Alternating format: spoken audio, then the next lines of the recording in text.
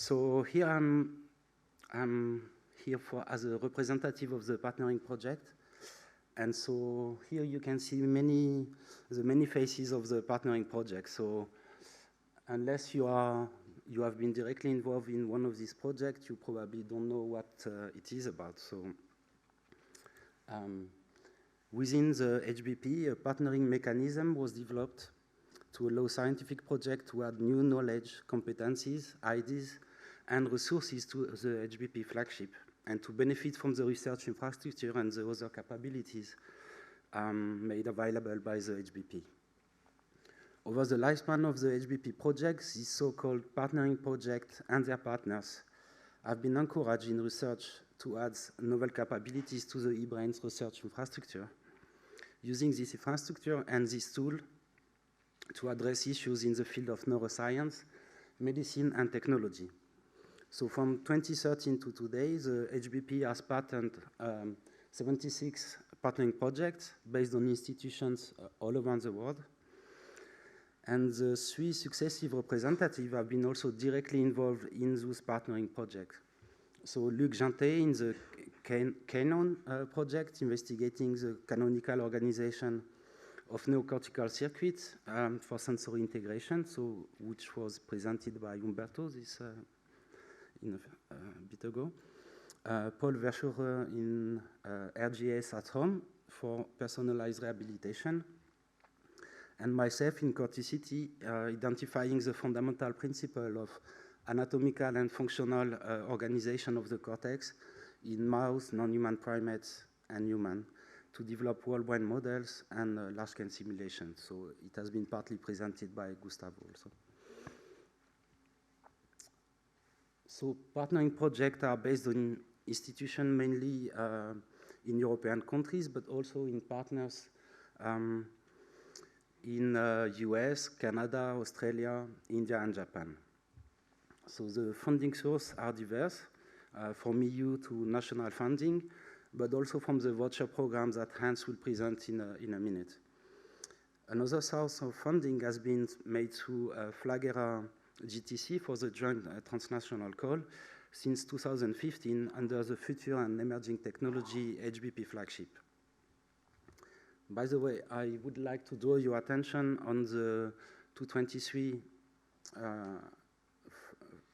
Flagera call for data reuse. And so if you want to know more, just go have a look online. The deadline is the 1st of June of this year. So over the years, the number of partnering projects have been exponentially increasing, especially within the last HBP specific grant agreement phase. And you will see in a minute 2 very successful partnering projects, so the DOPAMAP and AE-Mind. They have resulted in countless number of publications, data deposited on the e-brain's knowledge graph, and participated in the 2020 summit in Athens when Paul was a representative. So that is why, together with Paul and the partnering team, we organized a dedicated meeting last fall in Nijmegen to showcase the scientific achievements of the partnering project and to trigger new collaboration within and beyond the HBP environment, looking forward for participating in the development of e-brain. So on this, I thank you, and I give the floor to Hans.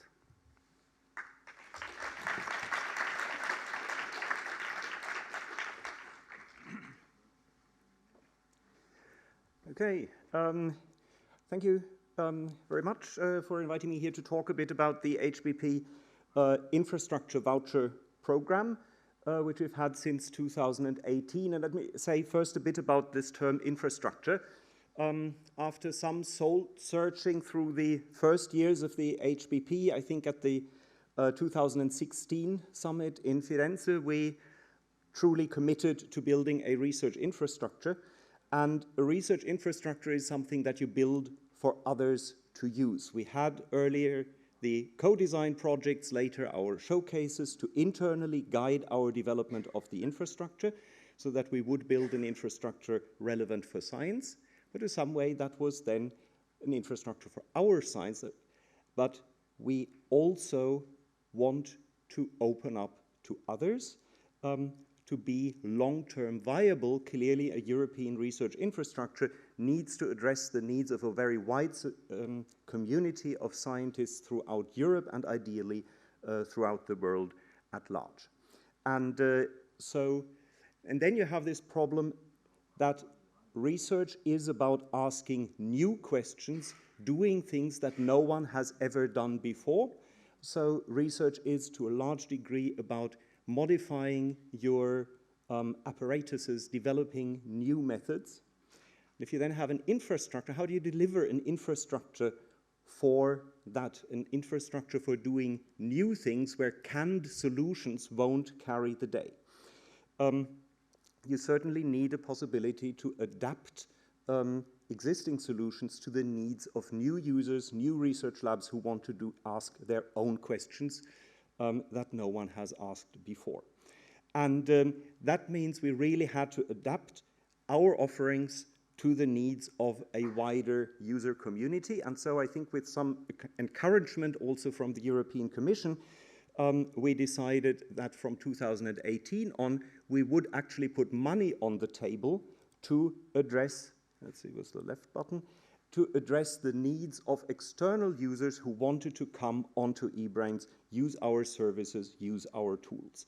And because they would come with new questions, that would need some adaptation, some adjustments that could benefit from the technical expertise that we had built on the inside of the Human Brain Project, but needed also additional adaptation efforts that went beyond what our high-level support team could do within their basic financing. And so we offered a infrastructure voucher program that allowed external laboratories who wanted to use our tools or services but needed adjustments, refinements, extensions to apply for work by our experts who would then receive additional funding. So with additional work power, we could provide these new solutions.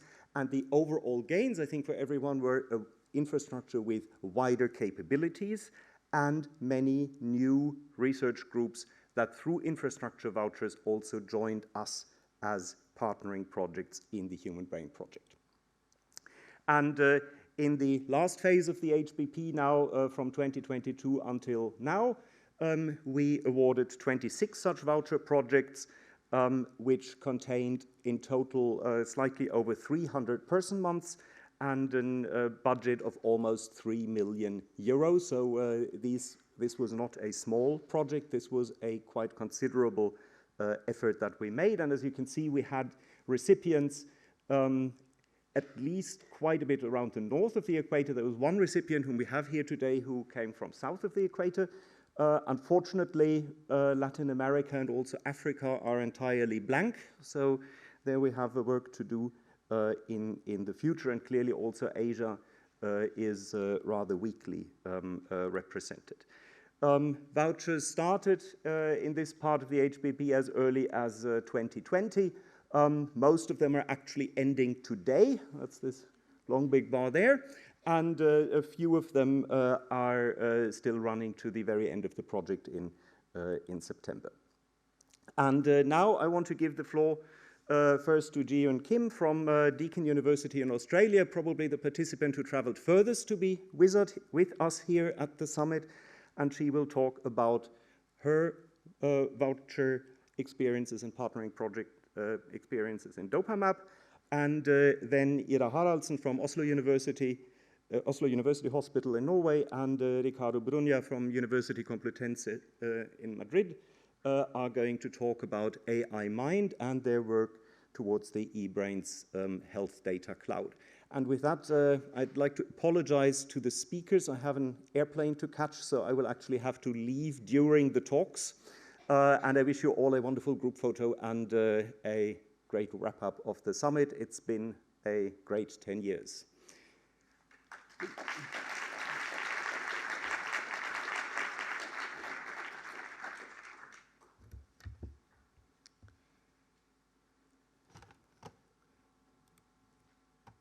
Thank Thank you, Hans. Thank you, HBP, for the partnership as well as the invitation. And thank you for your support in being here today. So I'm interested in dopamine because it does a lot of things, including attention or maybe non-attention learning as well, working memory, cognitive flexibility, and cost-benefit decision-making. So I'm sure you're with me when we see the popular media that presents dopamine as just a pleasure or a rewarding drug. So it's sort of everywhere. I really like this summary because it captures all three areas where it comes from: substantia nigra, sort of controlling motor, ventral tegmental area, controlling pretty much everything else that we feel and do, and the hypothalamus, controlling the hormones through the pituitary. And I also like studying dopamine because the circuitry is actually extremely highly conserved throughout mammals. So this is the rat one that I know the picture looks quite old, but this also captures the hypothalamus dopamine production. So I thought that was quite interesting because I want to look at neurochemistry, and that's much harder to do in humans. So we look at rats. So how can single molecule modulate so much brain function? And it's because of the receptors. So there are 5 main receptors that were genetically defined. They're very similar in protein structure. So D1-like receptors include D1 and D5, and D2-like receptors include D2, 3, and 4. So they do actually different things. A D1-like can activate adenyl cyclase to actually increase cyclic AMP, and D2-like can inhibit that production. So there's a lot of speculation on exactly what they're doing with the long-term potentiation and long-term depression, as well as depotentiation of LGP, but we still haven't quite figured that out. Doing that, it depends on the actual extracellular level of tonic dopamine, so we have to figure that out first. And there are also heterodimers that we know a lot less about. So I'm interested in mental health overall as my translational research program, and I'm actually really interested in the development of how these diseases actually begin. So if you look at this table, so if you look at the median onset of age at diagnosis, so this is not symptoms, this is actually when you're fully diagnosed to have a disorder that is dysfunctional enough that you cannot function as well as you like. You can tell that for anxiety, it's very young. Mood is 30, sort of is the latest one, but still fairly young in the human lifespan. Impulse control, substance disorder, and any disorder, they're basically 20 and below. So I want to know what dopamine does throughout life that may be contributing to these early diagnoses. So because this is not my idea, there's always been an idea about dopamine and receptors and development. And there's this existing sort of notion and that's quite old, that maybe adolescent prefrontal cortex, sorry about the acronym, not defined, it's dominated by dopamine receptor 1 relative to dopamine receptor 2 signaling. And there's a lot of good computational modeling, at least in the prefrontal cortex, saying that dopamine receptor 1 drives strong input to, cause this excitation, cause these very strong memories, whereas dopamine receptor 2, because of the configuration in the cell as well as what it does intracellularly, it opens up plasticity mechanisms so that whatever is formed can be changed. So this adolescent dominance of D1 is based on autoradiography studies using D1 and D2 ligands, showing that D1 density in the prefrontal cortex peaks at around postnatal day 40, which is actually quite mid or even early adolescence if you look at the hormones, that decreases. Whereas the dopamine receptor 2 density in the prefrontal cortex constantly increases until very, very early adolescence and plateaus from there. And this is mice, these are actually rat data. But I really like always looking at, well, what's the human support to suggest translation? And there's postmortem study using in situ hybridization, showing that there's greater dopamine receptor 1 gene expression in the prefrontal cortex of adolescents. So these were 10 to 20 years of age. And while dopamine receptor 2 gene expression actually were not different across different ages, including adolescents and adults. And this is work by Cynthia Weicker, who's located in Sydney. And so this is sort of the theory that we are basing a lot of our studies on.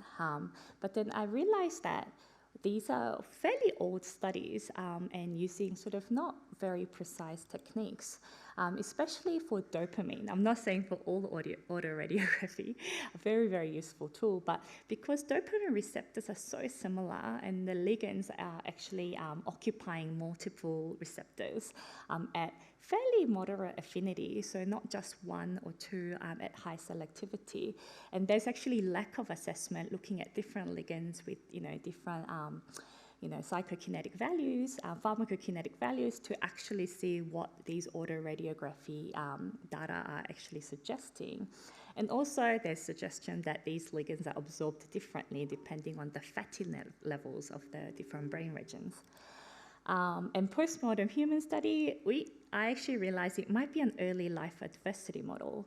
So I'm going to show Cindy because she features a bit in my story. She's a personal hero of mine. A lot of mental health research started with schizophrenia, right? So I looked at the participants, or I can't say, the postmortem brains. So we looked at the people of the brains that they examined dopamine receptor expression from.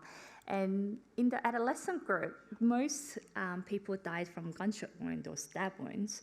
So these brains are largely collected from sort of gangster neighborhoods where it might not really represent sort of a healthy or a typical neurodevelopment. So I decided, okay, the only solution is you have to do it yourself. If you can't find the data in the literature, you have to do it yourself, yeah?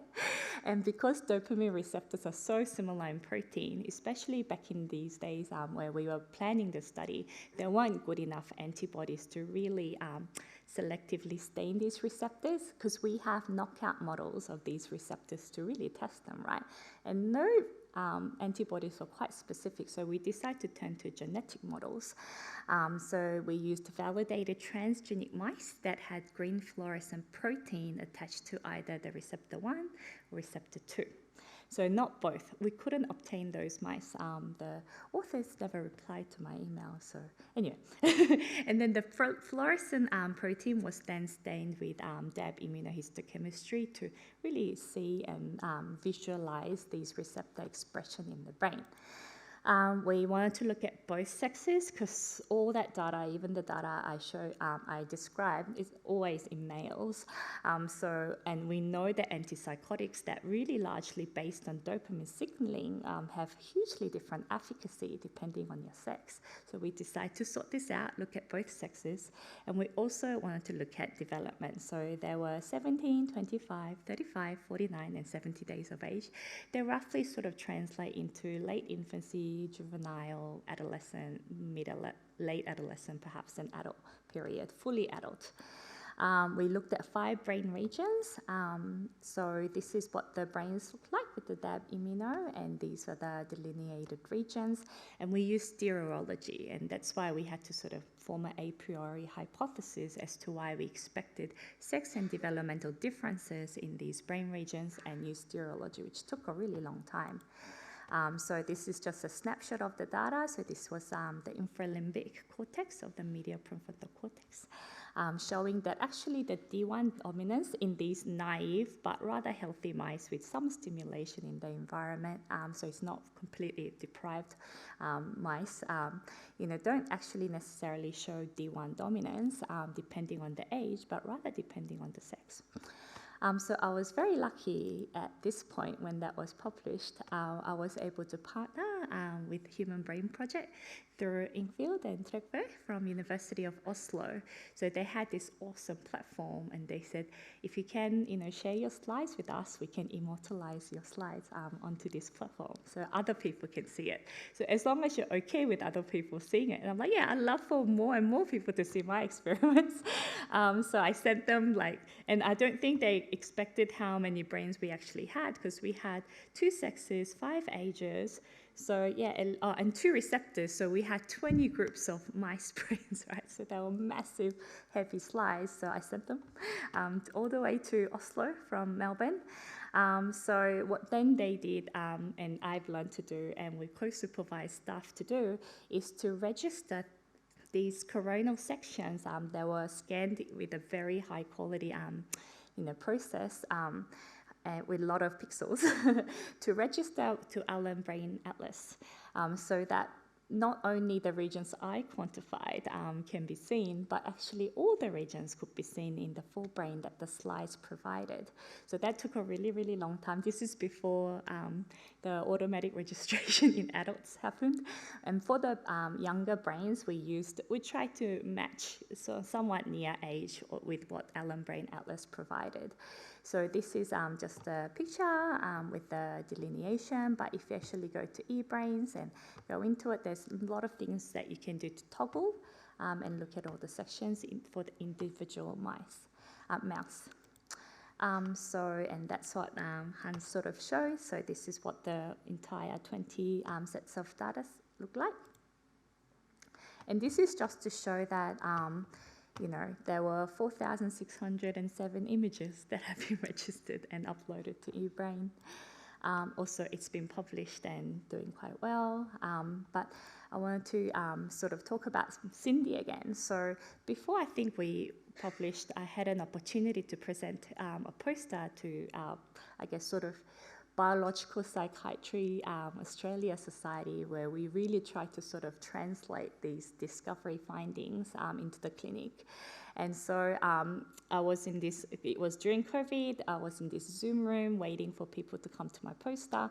But because my poster was the only one of its kind on something like Atlas as well as open data, I really wanted to talk about eBrains and the Human Brain Project, and it's an Australian conference. To my surprise, not many people came to my poster, but my hero, she logs in and she's like, "Gee, I get to have you for 30 minutes.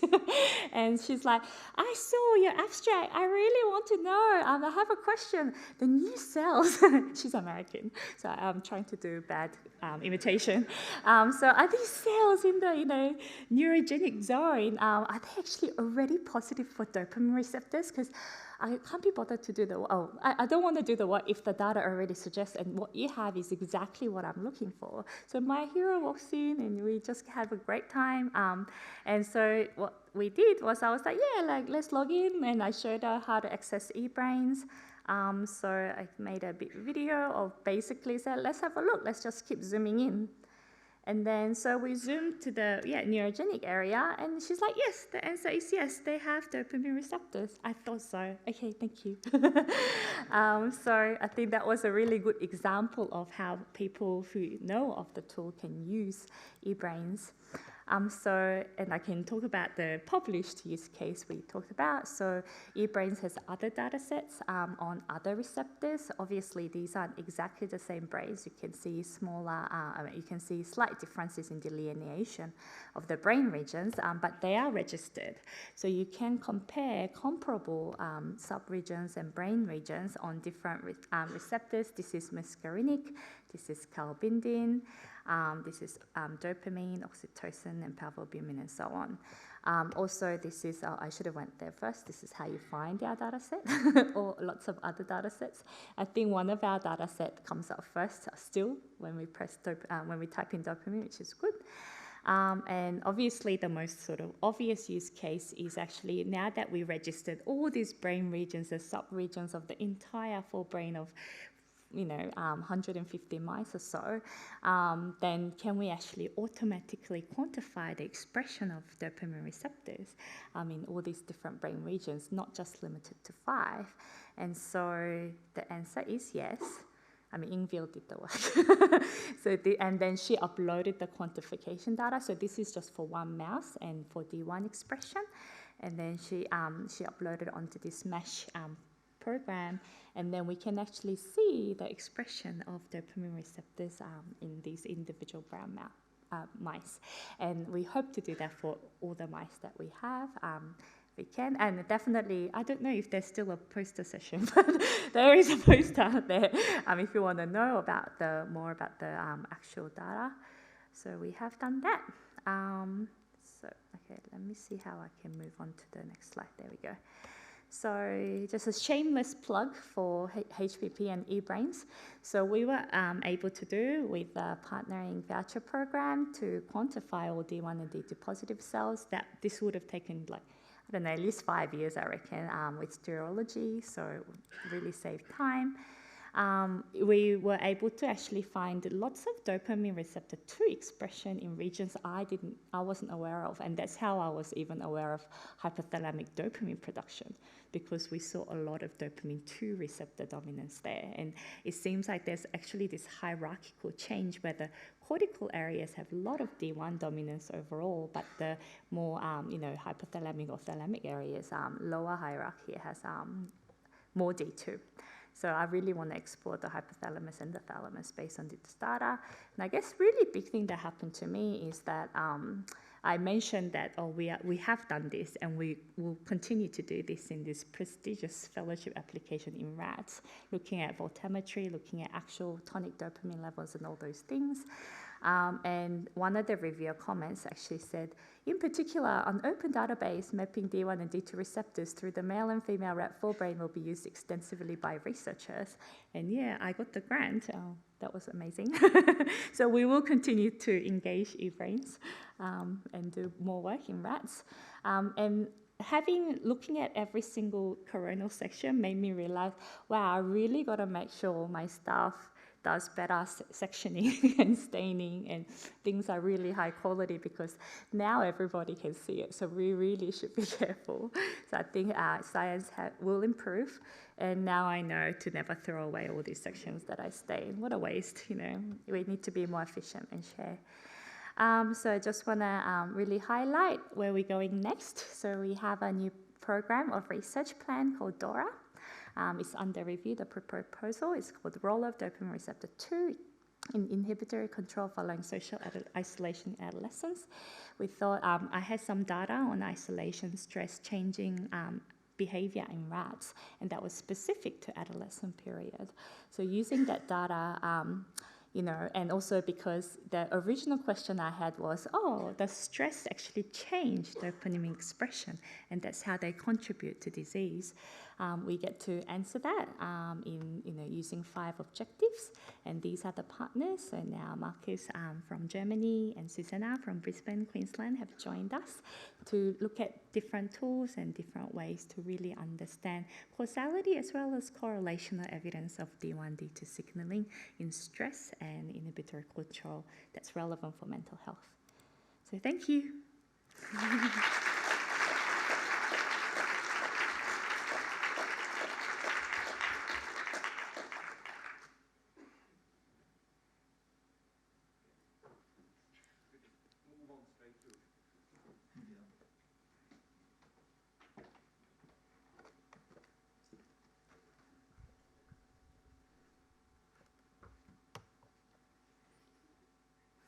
Yeah, good morning, and thank you so much for inviting us. The first challenge is that I wished that the young generation would also present a little bit, and in between Ricardo BRUñA from Madrid will take over. We were so lucky to win a research and innovation action of the European Commission. This was a large-scale, or is a large-scale funding with the tool or with a goal, and that was already a little bit different from what you are usually doing, to deliver a product. And before we started delivering or developing our product, we were even more lucky, and by the help of Jan and be matchmaked with the Petra Ritter, and then we applied for the voucher, and we won the voucher before our project started. And then after a while, and during the next year, even more successful, that we together with Petra then won as a partner the eBrain Health application to the European Commission. And why is that the case? It is in fact, when I listened during the last days here, how wonderful achievements and insights you have all contributed to, then it is, from my world, a very different position or reality to experienced In Europe, it takes 5 to 10 years to be diagnosed from the first symptoms to get finally a dementia diagnosis. And this is reality 2020, published by Lancet. This is concerning. It's concerning the Commission and the politicians, and obviously the translation between your insights and reality is insufficient. This was the reason why we thought, and especially me as a coordinator, thought that at the end of my career I should really participate in something which will harbor finally the clinical world. And we wanted to contribute to a development that would help preventing and enable doctors for early intervention. It should be affordable, accessible, achievable, and non-harmful. It should obviously counteract global inequality, and it should be, in the final run, a population-based screening method. And even more ambitious, before the start of the project, it should be able to fulfill the product a medical device regulation approval and be applicable. How did we, and maybe one more time back, why is this important? In 2040, it's anticipated that 49% of our global population will live on the African continent. And I looked for the amounts of MRI scanners throughout the world. And in Africa, we have 0.1, 0.2 per million inhabitants. So fancy technologies are quite limited to get access to. And although we in the Western world are not considering these tools as very modern, it is in fact very fashionable for most of the population, world's population. So what we did is we wanted to completely digitalize and harmonize European workflows. We wanted that data automatically are transferred to one server to keep the high quality. We decided with 4 European countries to do so and to access our centralized server by QR codes from the doctors, so that less mistakes are made by data transfer.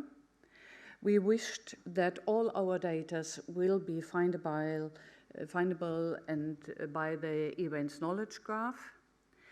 We wished to become a node for the health data cloud, and this had to be in a legal data protection way accepted by lawyers. And we wanted at the same time to open up our central supercomputer server for sandboxes so that researchers can reuse our data. Already this is quite a lot of work. What do we offer today? And again, we are mapping 1,000 subjects with early mild cognitive impairment. Here important, they lead to say they self-screened themselves. Because when we are talking about 8 to 10 years diagnostics in the medical system in highly industrialized countries, then we for sure can underline that the system is not working good enough. And patients are in fact registering their symptoms. When they have done so, they would and had fulfilled a particular threshold, then we invited them and we diagnosed them as state-of-the-art, which is demanding and time-consuming. I told you that if you want to develop a tool, you have as well to guarantee medical device regulation and workflows which are controlled and hold standard for the notifying institutions to repeat what you are developing. And in addition, we wished, together with the Health Data Cloud and INSERM Health, to give federated access. We are collecting blood samples which will be a biobank accessible as well for those who are interested, and we are, for our algorithm development, determining p-tau and genetic biomarkers. Some of these biomarkers are for researchers now for a long time discussed, but again, nothing is available for the usual patient. P-tau in plasma would not be determinable at a usual laboratory at the hospitals. Furthermore, we have another challenge in healthcare systems, that the digital neuropsychological testing is not introduced and not accepted. Our project wishes to contribute to the final acceptance of digital neurological testing because it's a bottleneck. You have waiting times in Europe between 1 and 1.5 years for a full neuropsychological testing. We do not wish to compete against a profession. We only wanted to contribute to a screening which would select the right patient for further investigations. We will offer 4,000 of those informations about the patients. And then we are collecting our EEG with a 128-channel system. And to be correct and do it methodologically as best as possible, we are controlling what we are doing by selected MEGs.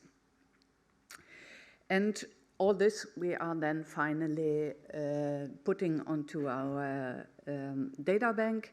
And most of you know how this has to be built, but I only wanted to show here one more time that we are already on our way to make it accessible as well in the Health Data Cloud. It looks, this algorithm which we wish to develop looks not very fancy and not very complicated, but it is in fact very complicated. As I mentioned, the first 2 years we worked in fact only in data management, feature definition, quality requirements, and so on. This was helped by a notifying body, DNV, which was integrated in this work and could advise us that we really at the end would deliver a product which could be approved. Today we are in the middle of our AI Mind Connector development and predictor development. Here is also important that the resistance in the clinical community is pretty high. Deep learning approaches are not meeting applause. It is important to deliver machine learning and deep learning algorithms in parallel so that the clinical audience can be convinced that what we are doing is good and fulfills their expectations. And a very important issue now is that our platform will be in the air and will be accessible now from May. All procedures are as beyond state of the art done and are fulfilling all approval characteristics. And we hope then as soon as possible to be finally the use case for the Health Data Cloud to be accessible by others. Why do we think this is important? This is important because we know already that our algorithm will be, of course, correctly predicting your dementia risk in your future for this cohort, but it might not be correct for cohorts of other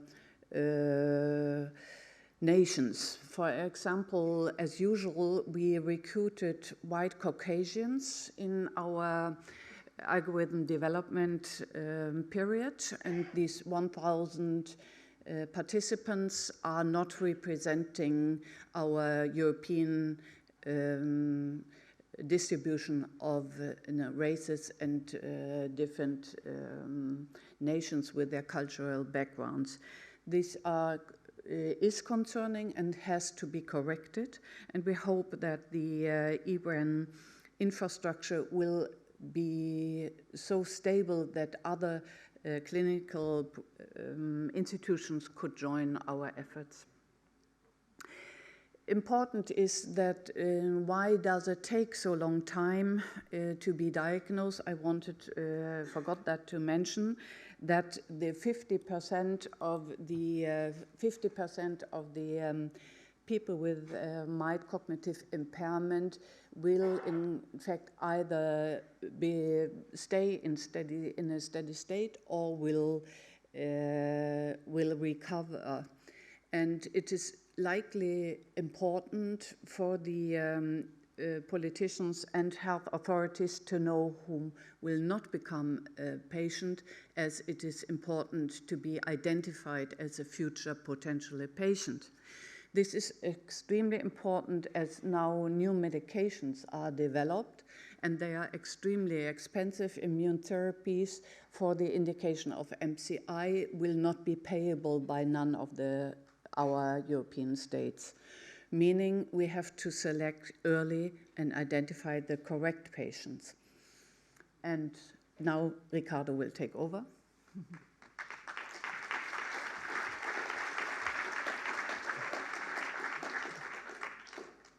Okay, hello, thank you for having us. Thank you for the organization of this event. It's been wonderful.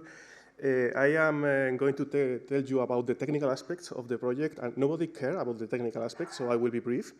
I have to say everything I have to say here, but I won't be very thorough to it. If you want to know something in special, you can ask me after the session. So, as Ira said, we have 1,000 participants, and we are acquiring 4 sessions per participants in a 2 years span. Every 8 months, we are acquiring EEG from all the 1,000 participants. The 1,000 participants come from 4 different sites, 2 in Nordic countries and 2 in Mediterranean countries. It is not a huge variability in genetic profiles, but it's the 2 extremes of the European population. So we wanted to keep a small sample, small. For an EEG experiment, it is quite large, but it is not possible to use a huge representation of the genetical background in Europe with only 1,000 participants. So we wanted 2 extremes. So we have 500 participants coming from Helsinki and Oslo, and another 500 participants coming from Rome and Madrid. We are acquiring EEG, 198 channels EEG. That is supposed to be high density, but lately you have EEG systems with almost 1,000 channels, so this is almost no longer high density, but it is good enough, and it is too much probably because we want to apply this in the clinic, and in the clinic you cannot have 128 channels. So we will have to reduce the number of channels, but if you have 128, you can get less. But if you have only 19 channels, you cannot get more. So we started with 128, and we are going to go down from that. We are also acquiring MEG from 1/4 of the participants. We are acquiring in Helsinki and in Madrid half of the participants, 2 sessions, the first and the last sessions, with MEG to test that what we are getting from EEG is reliable, because MEG has less noise, has more spatial resolution, so we can confirm that the findings are correct. And we are using 2 similar systems, the Neuromag system, with 306 channels in Helsinki and in Madrid. And then we are putting all this data public to everyone. It is going to be difficult because we have to make sure that the privacy is kept. So we are using a platform that is linked to the eBrains platform for sharing data. So every processing is going to be done in the cloud. You cannot download the data, so the privacy is ensured, but you can work with the data.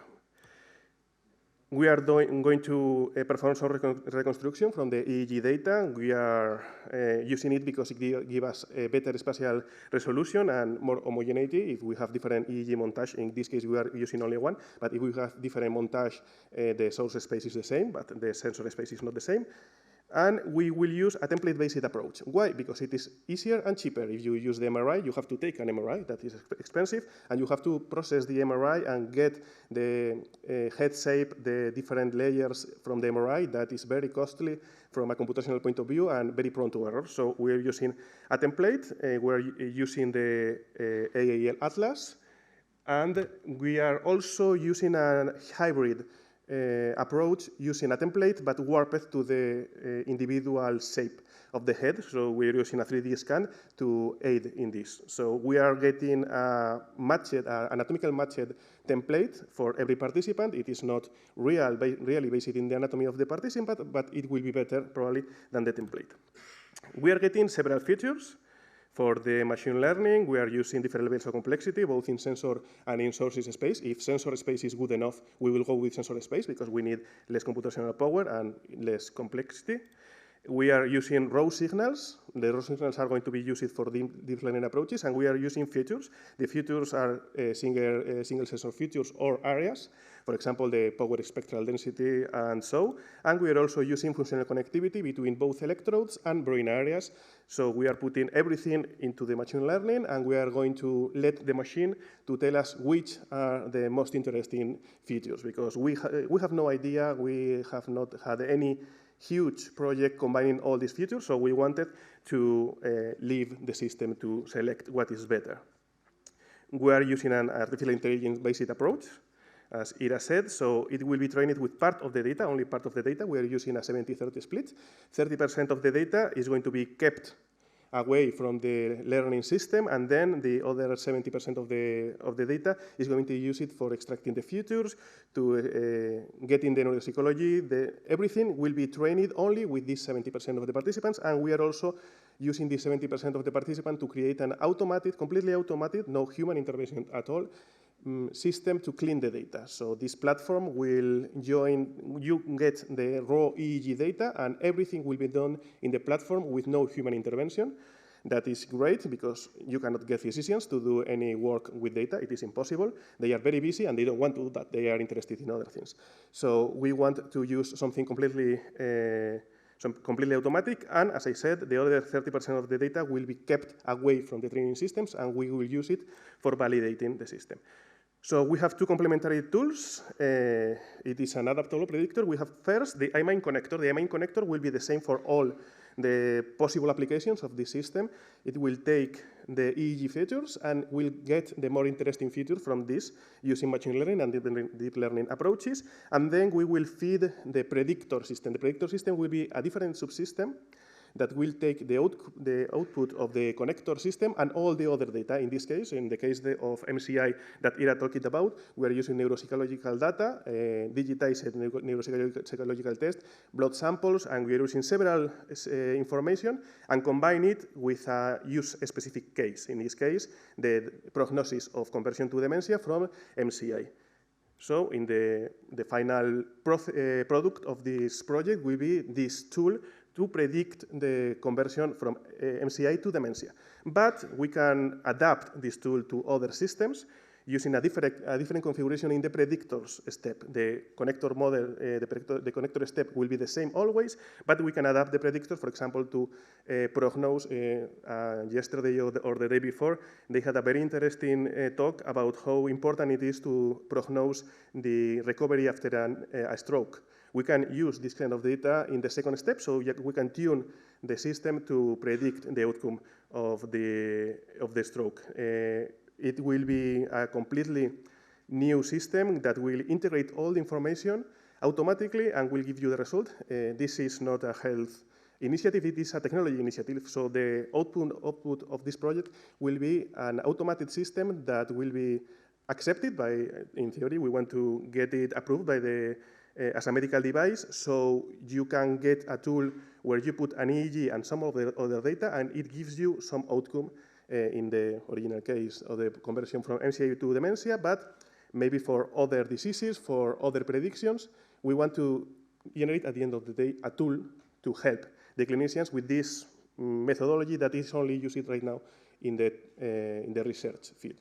So Ira will close with some remarks. Because, okay, maybe wait.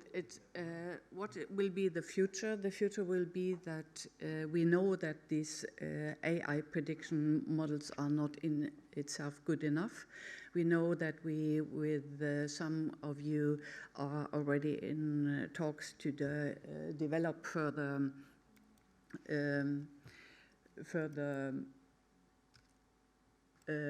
hybrid developments, and it's very important that we introduce also as an innovation an open minds algorithm description, so that we agree on a language how algorithms have to be described to be reproducible for others and also approvable.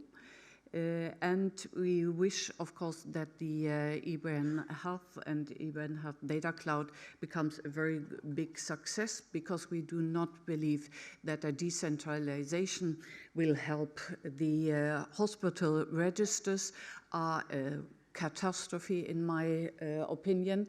They are too small, they have bad quality. Usually they are collected in at the non-controlled circumstances.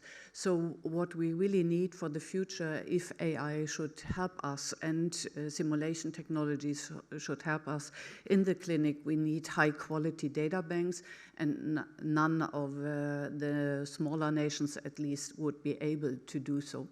So it is very important that we also add on synthetic data, not even less for rare diseases.